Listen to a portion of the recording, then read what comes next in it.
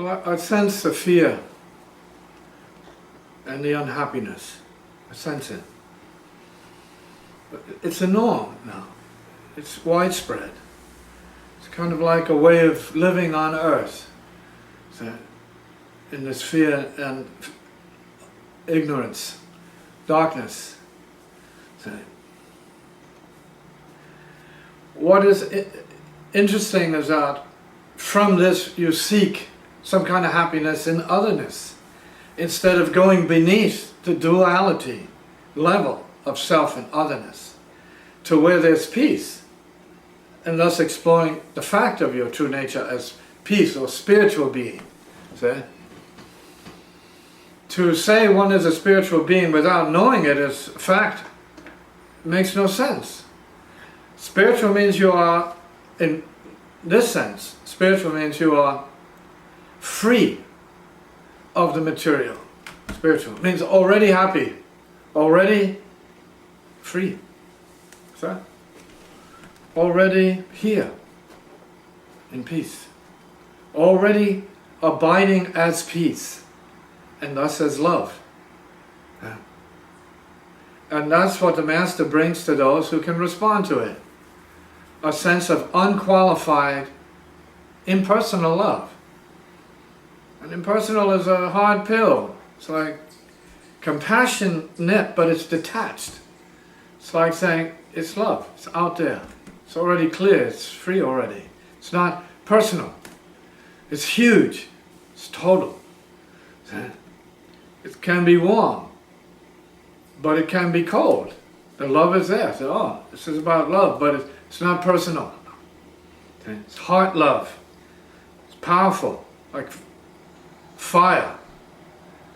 Not really personal. It burns, destroys ego. So we are that. But we have descended into a situation where we have to get back to that. See? The best way to do that is to recognize we are reinforcing darkness programs, programs of self-limitation that diminish our radiance. And thus we need to recognize right on the spot. Now, we are potentially radiant beings. In fact, we are radiant beings, but not consciously radiant beings, because we are preoccupied with being anything but that. We are preoccupied with our bills, our world, circumstances, the news, mostly bad news, the planet changing, people who are racketeering in all the fields, the gangsters, the hoodlums, all these people who are out to do whatever they do. But this is not heaven. This is earth, and always changing. This is a Vulcan planet.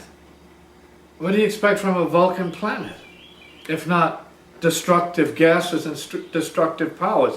And they're not destructive when they are really recreative, totally always changing and thus transforming. Totally transformational nature is what this is. And so understanding the true nature of this is as changing all the time, and not solid, not in one form, in one stage, but always moving, transforming, becoming, always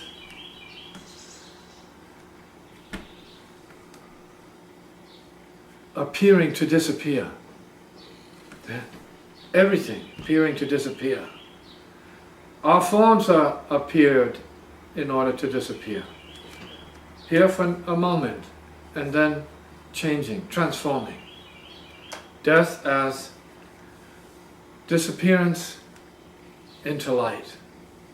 Nothingness into spirit, or into emptiness. Light essence. Light essence. So get the heart to that place above the forces of gravity is what practice is for. Bring yourself out of the gravitational forces of identification with the earth and being pulled down, and awakening to the levitational forces of spirit and the sun being pulled out. That we are as much outside of the location we're in, that is non-local awareness, as being imprisoned in the body momentarily. We are space. We are it. You are the awareness of the sun right now. You are the awareness of the moon. You are the awareness of Pluto, Neptune, Jupiter, Uranus, right? Saturn, Mars, Mercury, Venus, all the many other globes that are out there, meteors, comets, asteroids, almost planets, and so on. Black holes, white holes, assholes, right? Mind holes, say brain holes, heart holes, say mouth holes, eye holes, all the holes. So we are all of that. Everything and nothing we are. Say peace. Say the total event, the total non-event, beyond total, everything. Say imaginable, beyond imagination. We are peace. And the ideas that are shared are about maintaining a level of genuine realization of original peacefulness, which everyone is, but is not living as. Because to live this requires tremendous discipline. So, re-establishing the right basis, the right kind of integration, the right recognition, and thus the right realization of what it is to be peaceful, heartful, mindful, awarenessness itself, simply.